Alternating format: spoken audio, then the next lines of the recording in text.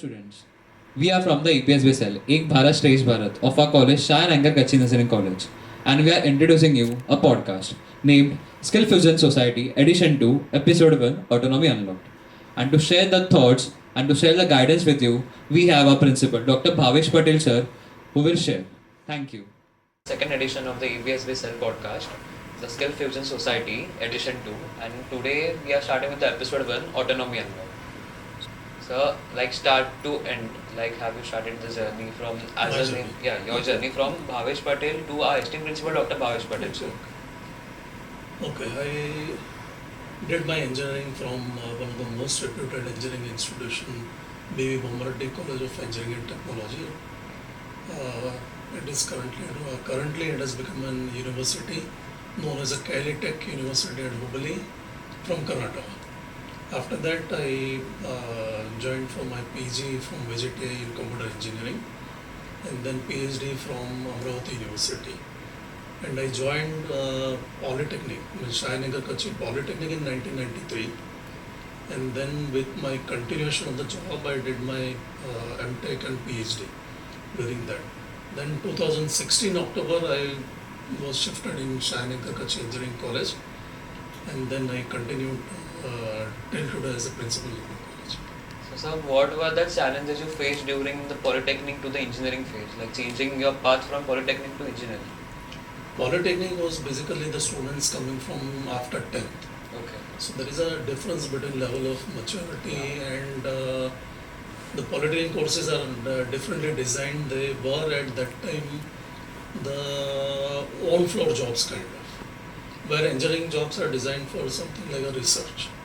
So there was a vast difference, and when I did my PhD, I was in Polytechnic, and then I thought that my knowledge probably will be more useful to the people who understand research. Doing the research at diploma was not to that level, although there were quite a good number of students whom I have guided. They have published a research paper in some reputed journals also, international journals. So that way research was going on, but to have a more the research touch and to execute my vision towards, I thought that engineering college would have been a proper platform for me. So as you said, you are from an engineering background. So what changes you made as a principal when you become a principal of a college? So as soon as I became a principal of engineering college, I had 2 to 3 priorities. Before taking over here, I did my groundwork and studied that what improvements are required. So first of all, I went through the online websites where the people used to give a feedback, because that is a true feedback that students give. So at that time, there were quite a few websites which I browsed and saw that where the real improvement is required. So accordingly, I chalked out my priorities. First thing was to get connected to students and understand that what problems they are facing. Second was my second priority or an immediate priority was the placement and results. These were the things. So placement, and I thought that the placement will improve even if we'll begin with the internships. So we targeted internship. The student problems were quite different altogether. They were facing some infrastructure issues and some freedom at some places and all that stuff. So that all were taken care, and more focus was then it was like connecting industry to academia. Okay. So that bridge we wanted to narrow down, and now it is visibly narrowed down. Okay. So we could succeed in a good placement after I took over because of industry connect only, and then we involved industries in examination process. Like at that time we were affiliated, so we had only very marginal scope to include industry. So we started with the industry-oriented courses. So maybe 1 week, 7 days or 15 days program, which are taught by only industry. We started immediately that. This is I'm talking of around 2016. Then later on it was expanded that we started with the industry certification, like Microsoft certification, Oracle certification and all that. And then it was extended as such. And now in autonomy we have a lot of freedom. So now there is a large involvement of industry. So as you said, you mentioned that you have some priorities set for the college. So were there any priorities set for your family too? Like there was any unstable things regarding your personal life and professional life? Yeah, we have to manage the time and the time management and the discipline. Once you follow some disciplinary rules in everywhere, not only in professional but in a family life also, then most of the problems are sorted out. The key to success is to rise early. Yeah. So once you rise early, then you will able to manage everything with proper time management, with your family, professional life, everywhere. Okay, sir. So now we will start with the first segment. Understanding autonomy at a college. So as we move forward, sir, could you please explain the principles of autonomy of a college? What are the main principles or the main agenda of a college? So the autonomy we had brought in because the university has its own system which is made by UGC. There is a central government body, University Grant Commission. And all universities that are public universities like University of Mumbai, they have to follow the norms of whatever is defined by UGC. And because the university is a large constitute affiliated colleges, they have planned something and execute something. And under that, we felt that because the curriculum revises after every 4 years, and there are subjects where the technology an engineering college feel that the technology which is moving at a very fast pace, it is very difficult to keep track. By the time you learn some technology and come out with an engineering degree, probably the demand of that technology has been vanished. So we thought that we should have the independent decision making authority at least related to curriculum, so that we can be in a pace where the industries are moving and our students should be out of the crowd, so that they are not employable on day one, but my vision is they should be employable on day zero. Yeah. So with that concept in our mind, we thought of to apply for autonomy, and we got Autonomy status. So what was the biggest challenges from moving towards a university pattern to the autonomy pattern? The biggest challenge we feel is first of all the mindset of teachers, then students, because students feel that whatever is there in curriculum, and there is a fixed examination pattern. Now when we move to autonomy, the examination pattern changes, the examination rules also changes, and the students will have to be very regular because the examination is conducted without any notice, that is with the regular placement, other than the end semester exam where we have a timetable. But otherwise that CC components are conducted without any notice, so they have to be regular, they have to be active. The normal life of the student is observed that the students start preparation for examination after university completes their preparation. That is, once the university displays timetable, the normal it is observed that normal time students start preparation with that, but that will not work in autonomy. So that was the biggest challenge, to make them understand that this all whatever changes we are bringing is in their favor. It is in their interest, because ultimately they have to rise for themselves and move upside, and they have to work in industry. The industry doesn't permit, like in school or college, when we'll ask, say teacher tells that there is an exam tomorrow, then student will ask what is the curriculum and what will come, how many marks, MCQ or what kind of questions. These are human tendency. Yeah. But when you go to industry, when your boss says that you submit tomorrow something, you have nothing to ask that what will be the syllabus and when 11 o'clock, 12 o'clock or 1 o'clock, you have to submit, means submit. Because they have been confident in the employee that yes, you have the solution of the problem and the person will be able to provide the solution. So with this all things we could able to handle these two challenges. To measure, there were also minor challenges to bringing in different industries, then creating the board of studies where there are different industries with different interests. So all to be coupled together was another, not measure, but it was a little challenge. Now the curriculum is framed with the top-notch industry people, and I think the students and faculty all are enjoying it. So the biggest challenge was to change the mindset of the students Yes, and the faculty. students and faculty, because Okay, sir. in affiliation, the affiliation system operates in Yeah. some single phenomenal process. Now here we have all of a sudden changed the process completely. Okay, sir. So what are the new freedom allows to focus us on our subjects to previously integrate and do the curriculum? See, as I told, curriculum is developed. It is with a very good philosophy. We developed the curriculum, where we had every department has an industrial advisory board, which whatever our faculties have done. Better I will explain the process of development of curriculum. As soon as we got the letter from the UGC that we have got autonomy for 10 years, we started preparing. Already we had started preparations. In that we had sent our teachers and head of the departments. Even I visited some renowned institution all over India to understand the different models available of autonomy. Then there was a rigorous discussion among all those 12 teams who visited different places, and then we came up with our own model. And then we decided to build a skeleton curriculum, and then we gave the first cut to the industry advisory board of every department, which consists of only industry people, no academicians are involved.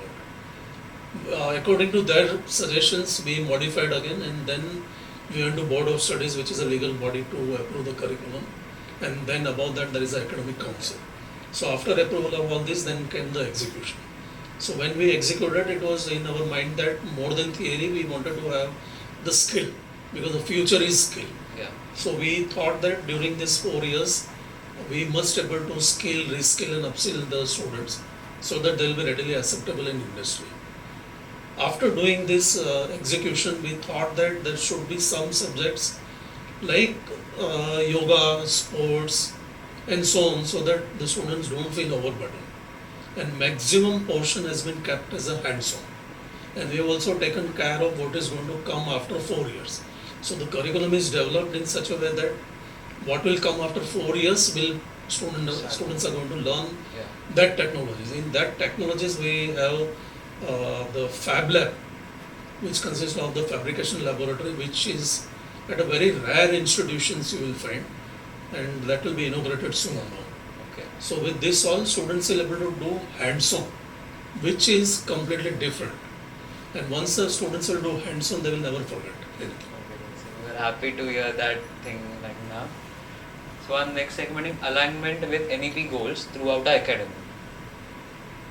So sir, before doing this podcast, sir, I had an survey with our teachers or faculty members or some of the students also. Ki what are the things according to you have been towards the autonomy or everything. So there is a major question that, sir, during the framework of the first year students, so what are college plan for their syllabus and their academic students? So major framework has been defined by Government of India under NEP 2020, and it is being modified as and when required. So we are also supposed to follow that basic framework, but there is a lot of freedom. So the first year, first batch now, which is admitted under fully autonomy and under NEP also. So we had decided that we will give some baskets to the students when they will come in second, third and final year. So that is being planned now, or it is already, the structure is created. So there are some vocational skills which are included in total completely 4 years. There will be some skills which are non-engineering also. There will be minor degrees for first year. So you can say that the Bachelor of Technology in Computer Engineering with minor in some minor options we are going to provide from second year onwards, like maybe psychology or finance, which we feel that has got a most important aspect in life, because most of the engineering colleges and engineering students lag in the finance knowledge, which is a must. So we are thinking that we may include that as one of the option. And there are many more subjects. Plus we have already started under autonomy the 1 semester internship, which will be becoming mandatory by the time students will come in final year, and we may extend that to 1 more semester, so it will be 1 year kind of. And then we'll also allow some online courses where they can earn credit, and credit can be transferred directly. So it is not necessary that students will have to learn not all the courses online or offline, but there will be well mix of the courses. when students are going to do some internship of 6 months, 3 months, 2 months, they can do some particular course online and then credit can be transferred. That is our thought process of NEP. So we will cover all 360-degree development of student so that they are ready with the knowledge which industry requires. Also, we are going to add on one specific internship that will be research internship, so that all those who are interested in research, because research and innovation is going to be the only future. So the research internship will be included. So all those who will complete this research internship, they will be admitted to PhD directly after BTech. So, sir, as a second, third, and a fourth year students, they have a question like, if there is a major change in the first year student syllabus, so are there any laws for that because they don't have yoga or extracurricular and human rights and everything? So if any student is interested, they can join. Okay. There is nothing wrong in getting the knowledge for better. Yeah. So if anybody is interested, we are open. They can come as per the timetable and they can join. Some other subjects which, for example, if we think and introduce a game theory, for example, and if somebody is interested, for our students we will be offering it free. But if some students from outside want to do, then they can pay some nominal fees and give the exam and take the credit certificate also. So current student will enjoy all benefits whatever is offered in the institution, irrespective of whatever year they are studying. Say the students who are studying in final year and they want to do yoga, or second and third year, because yoga is offered as a part of curriculum in first year. So they can come in early morning with whatever dress code we have defined and they can enjoy it. Even same thing is for faculty. It is open for everybody. And now even gym is open till 7 o'clock. So students can do their activity. Next semester we are going to have NSS, which will include even sports as one of the subjects. So if somebody is interested, they are most welcome. Okay. So what are the changes we are facing as an autonomous status to the real world? See, real world is expecting that rather than qualification, there should be skill. Okay. In very near future, we'll also observe the changes in the way the recruitment is happening. That is why we are promoting internship. And our internship has crossed now the borders. So we have the students doing internship in different countries also. And students are earning more. Now in next step, the major challenge will happen is the recruitment. And as I say, that skill is going to be the most important. Next generation advertisements for recruitment will be like, there are jobs available for Java programmers. So there is no need for anybody that he should be only engineer. If somebody knows the Java better, then they can convert. So maybe that person may be only 12th pass, or maybe first year, only first year completed. They will also be able to do the job. So to prepare the students to that level of skills is the only challenge. Okay, sir. So now moving towards the second segment of the college. So building character and values through our new segment, which is that universal human values. So the first question is, what practical methods we try to engage our students and which connects to them to the real situations? See, universal values are very much important, and that is very badly impacted because of Corona. So in first year we have included the two subjects, that is a UHV 1 and 2, and then IKS, that is the Indian knowledge system, because our Indian tradition is like that. To make them more practical of the human values, we have also have field projects, where students will have to do compulsory some field projects and spend some time. Apart from there, whatever the malpractices happen in examination system, we have modified the way of punishing in the malpractice of examination by the way that the student will have to spend minimum 7 to 15 days with the NGO, so that the student will learn real life, practically, what is happening on the other side of the coin. So when they go and work in NGO, they will understand how humans are being treated, how they should treat humans, and what are the life conditions of the people on real time and on a real ground value. To make them understand, realize these things, only we have made these changes. Okay, sir. So, according to our college, what are the long-term investment we are planning to do? So long-term investment, we are already building an infrastructure. And infrastructure, as I just spoke about, the technology keeps on changing. So one biggest investment for this year we are making is the Robo Lab. The robotics will be also one of the subject in first year onwards. Later on, we are also planning to introduce a drone technology where student will assemble a drone and then it will be a part of curriculum. We have already included 3D printers, PCB printing machineries, all that, where student will be able to do hands-on. I mean, that will be a part of the curriculum. And moving one or two steps ahead, we are in the new building. We'll have a new technologies, new courses. Like we have already VLSI is one of the course which will come in a very much demand, which is in line with our Honorable Prime Minister Shri Narendra Modi ji. And there is a huge investment that we are putting into the highly technical softwares, which are really very costly. So that also we have brought already. Also we have in AI and data science, we have some the hardware purchase of GPU and all, because when you want to build some language model, it requires a huge computational power. So the processing which takes months together, we have the GPUs which can compute in few hours. Similarly, in cybersecurity, we have tie-up with some world-class industries where they have funded some instruments which are costing around 60 to 80 lakhs.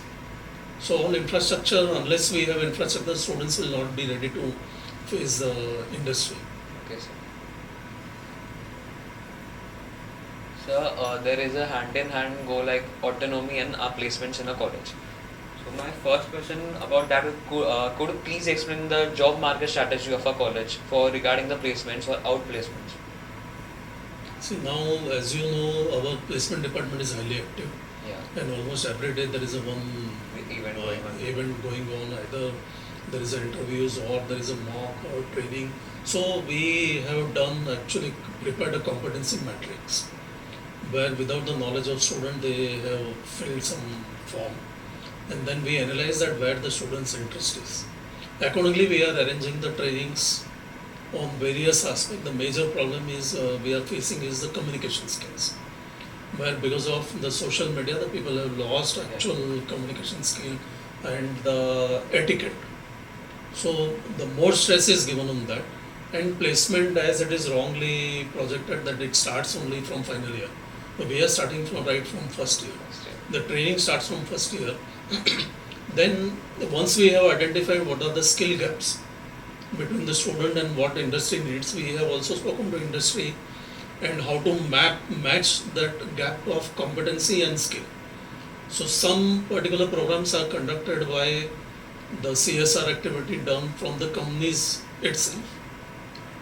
Then every 2 years we are conducting HR conclave.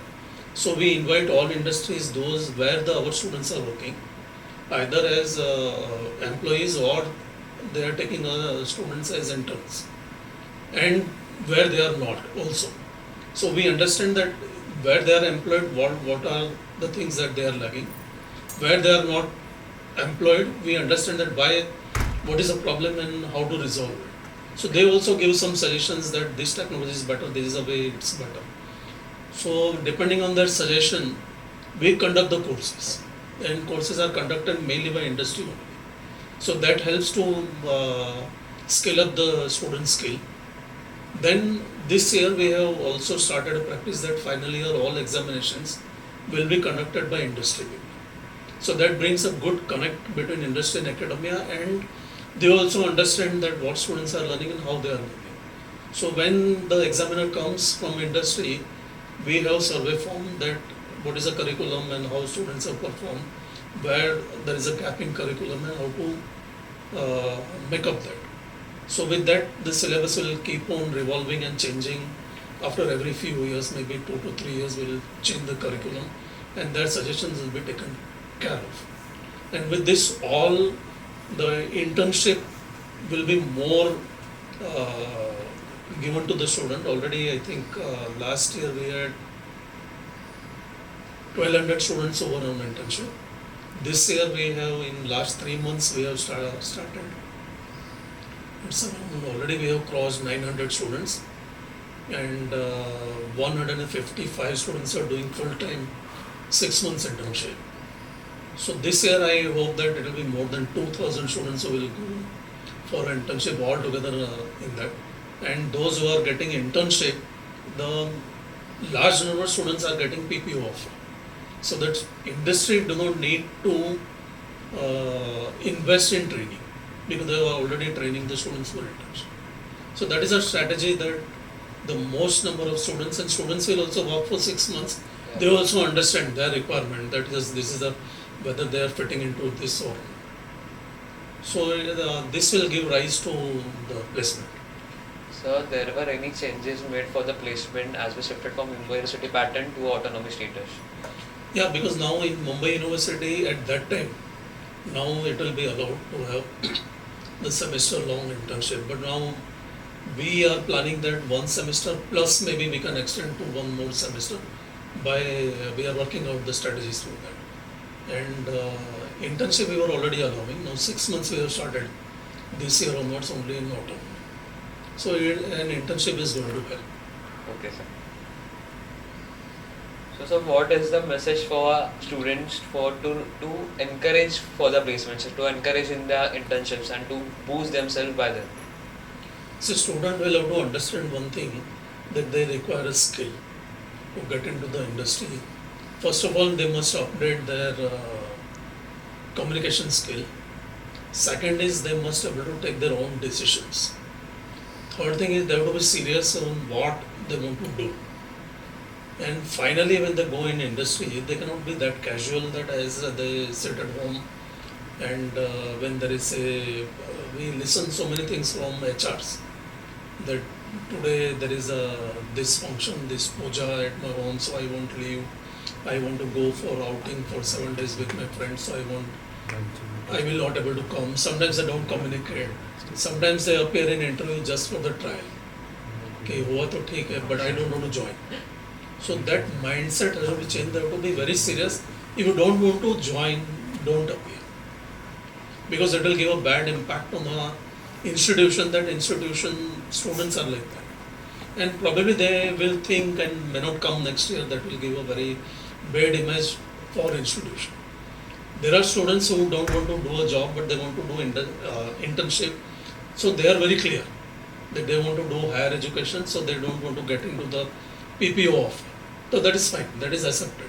So be clear and inform placement cell or internship cell accordingly, so they can take and guide you accordingly.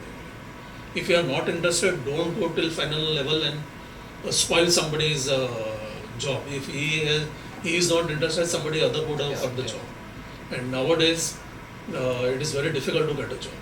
Yeah. So the student should be very careful, very choosy, make your own decision and don't get driven by a mob. They feel that today somebody is offering 10 lakh package, I may get 25, 30 lakh. We have come across such students that who have rejected some 10 lakh package thinking that he will get 25, 30 lakh package. And then finally they'll end up without any job and they come after 1 year sitting at home. Abhi kuch bhi chalega. Although we have helped them, Yeah. there are students who have got jobs even after 5 years of passing out. Okay. But then it becomes challenging for both. So what is the exciting activities or the extracurricular planning to introduce in a college? See, as I told, we have already introduced a sports, yoga and NSS as a subject. Now on sports front, we have already started selections and some new sports we are planning to introduce which are not there in the normally engineering colleges. Like archery is one of the things on the card. So we'll be shortly doing survey on that, and if there are a number of students who are interested, then they will be we'll be starting that. And swimming also we may start. So these are the two new experiments we want to start on the sports. Okay, sir. So are there any related things to sports or to activities we can collaborate with the industries for that? To develop a curriculum or to develop a CV for that? See, later on we are planning that now after this experimentation, 2 to 3, then we'll offer one of the subject with the credit. Okay. And later on, if we are able to get an infrastructure, then we may start a degree in sports. That is what a long-term plan is. Okay. So now during the survey, some of the students have a mixed conception that during the university papers, we got KTs and they are difficult to remove now. But under the autonomy, they think they are like easy to remove the KTs and all. So what's your stand on that? It is not like that. It is not, because unless they are regular and unless they are right. Yeah. See, if it is a mathematics, 2 plus 2 is always going to become 4. If you write 5, then nobody can pass it. Okay. So it is said that it is easy because you have to attend that. And you remember and then write. Yeah. So once you attend, it is very easy. You probably, the people may not get the KT itself if you attend. The same thing is with Mumbai University. It doesn't matter. Once you have a knowledge and you produce it, reproduce it, nobody will get a KT. Okay. But if you don't write only or write a wrong answer, nobody can help. So how does a college autonomy status help to develop a student's extracurricular activities with the syllabus of a college without dropping off from the academic status? So the curriculum itself is overall so balanced that everything is covered. Like we have the cultural activities slowly will be moving. When this first year batch will come in full final year, even this extracurricular activity will have a credit. So everything will be taken in account as a part of academics. Whether it will be not purely academic. So sports will be there where there will be credit for sports. The research will be there. If you do some paper publication in standard journal, you will get some credit. Similarly, if you involve in the cultural activity, you will get some credit. Okay. So overall, it will get balanced development of the students. So 360-degree holistic development, really it will happen. Okay, sir. So you have also mentioned in a previous podcast that you are planning to develop the cultural activities and you are so doing it. Yes. So yeah, we are very happy to see that credit points are added to it. So the second question is to how we can achieve our goals regarding the academic process of a college. See, academic process is very well defined. Now, it is like, for improvement of the students basically, in a benefit of student. Now, we have developed, we are executing a new examination, we are bringing some reforms in examination systems which are now already in place and started execution. The first examination will be scheduled now in 15-20 days. What happens in normal affiliated system is you have one exam in November and then KT exam happens in April or May. Yeah. Now we have brought that KT exam in immediately after the result is declared within 1 month. So student can save their effort in a year also. So that is a major thing which will impact on the student performance. Okay. And in vacation the student can study and immediately they can give examination. If they become eligible, then they can save 1 year. Yeah, sure. That is a major reform. Yeah. So sir, overall what's your opinion on the autonomous status of a college? See, autonomous is a very good, we can say excellent thing which has happened, but it has to be implemented in a true sense.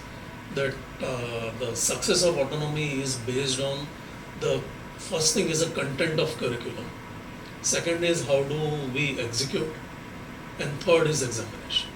If these three things become overall hand in hand, then nobody can stop it from the great success. So sir, as you started a journey from the principal of a college, so sir, can you please elaborate or please compare the start and it towards the current situation of a college? So when I started in 93, I was a lecturer.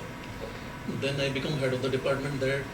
That was a polytechnic college which was controlled by Maharashtra State Board of Technical Education, which was one of the most advanced and highly technical board in all over India, I believe, because They had that time online some activities and result declaration on time, and they were managing all over Maharashtra, the huge number of institutions.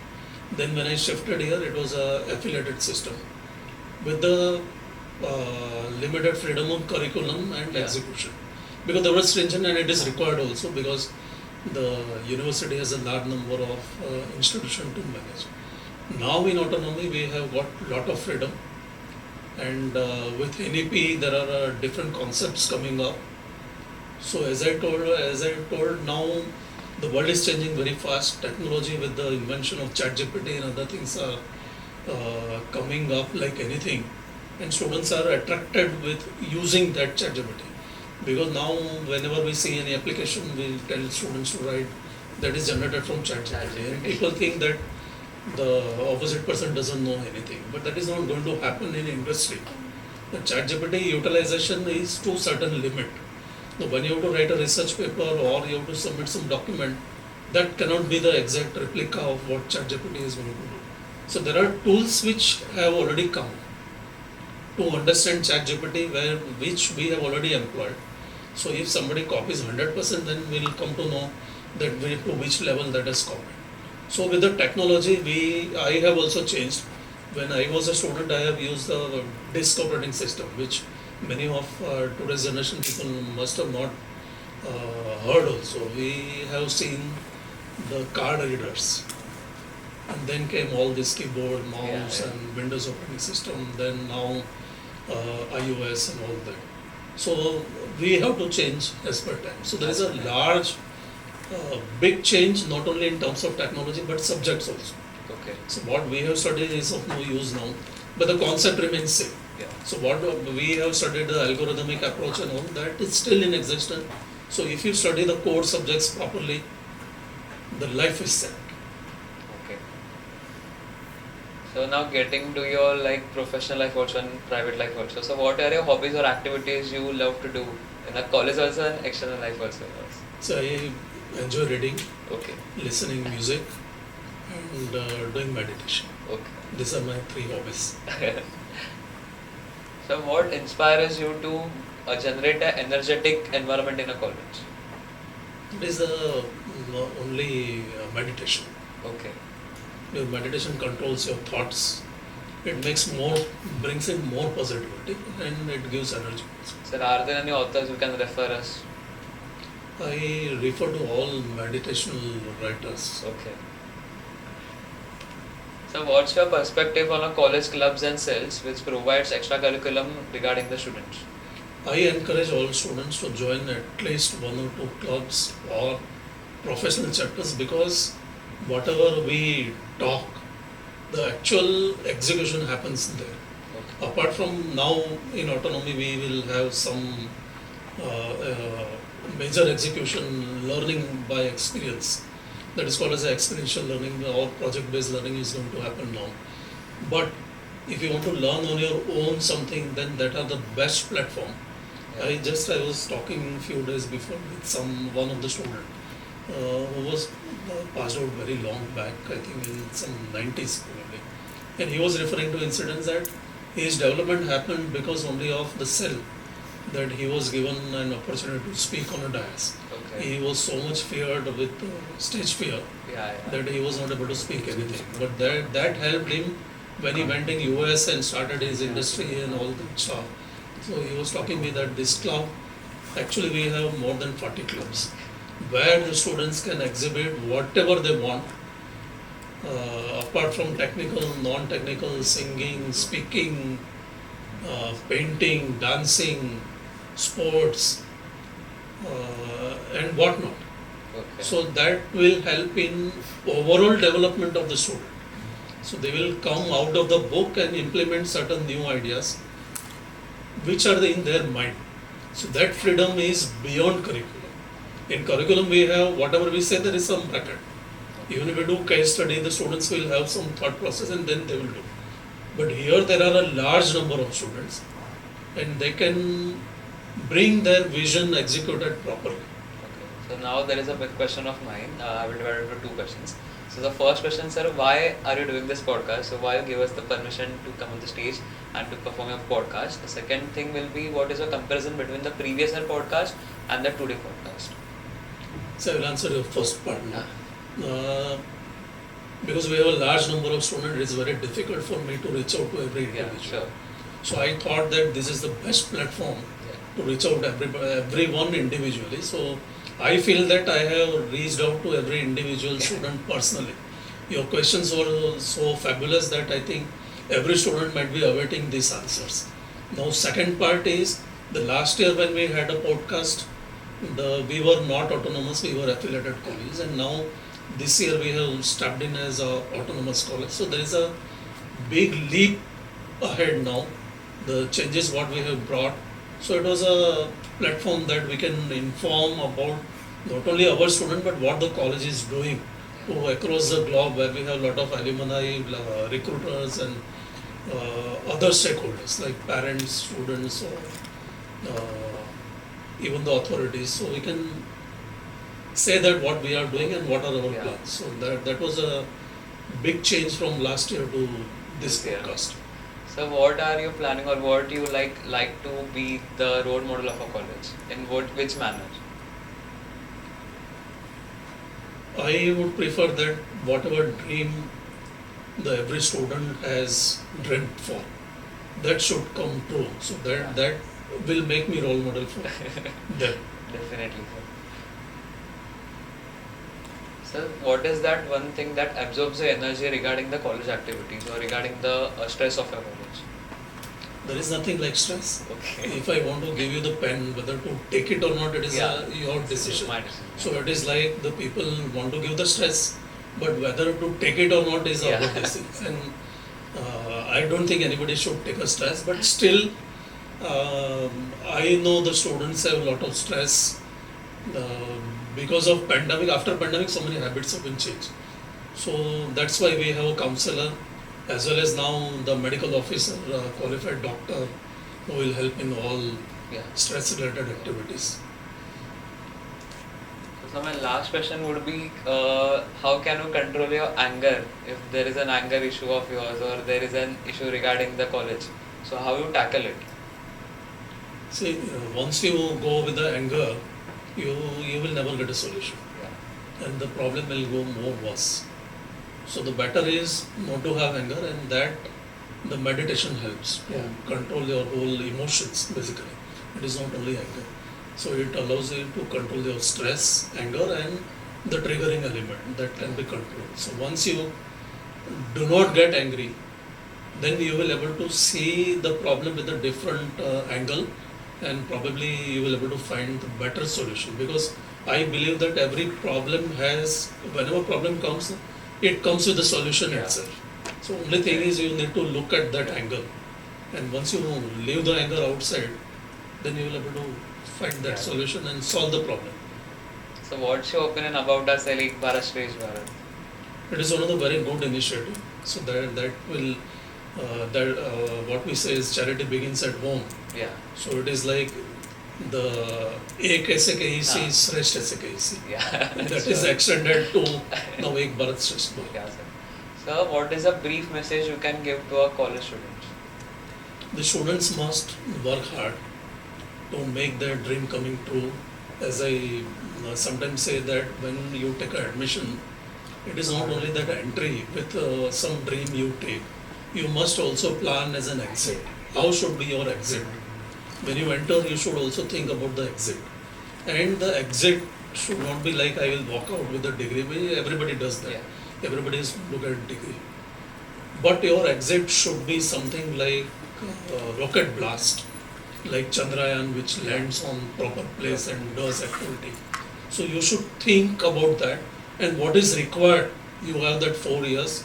So you try to achieve that whatever exit you thought at the time of entry in these 4 years, then you will not be required to look at the back anytime in your life. So what kind of output do you want from us as a student?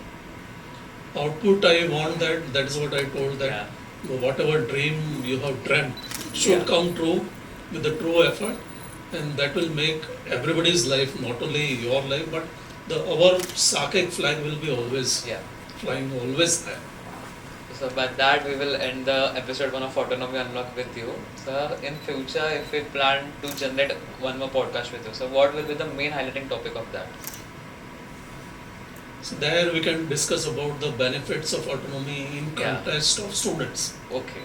Now we are discussing about the college and autonomous Yeah. system. Yeah. By the next podcast, we might have executed at least 1 or 2 years of autonomy, and what are the benefits that students have got, what we were thinking, and what has happened. Yeah. So that benefits we can discuss, and how the students have been got benefited in industry. Yeah. Sure. So that we can discuss about maybe industry linkages and how further we can move, because Yes. by that maybe the new infrastructure building also maybe partially Yeah, ready. partially We'll ready. able to do that. So thank you, sir, for coming up on the stage and giving us the episode 1 of Autonomy Unlocked by our principal. Thank you so much, and Thank I you, wish sir. you all the best, and Yes, sir. wish your channel and Ek Bharat Shrestha Bharat team, which is one of the stressed team, not stress, it is a Yeah, stressed interesting. team of the college which is performing the best. I wish you all the best for that. Yes, sir. And let's hope everything, whatever you have planned in this year, will come as a very high booming Yeah. success. Thank you. Thank you, sir. Thank you everyone for watching this video, and please do like, subscribe and share our channel. Thank you.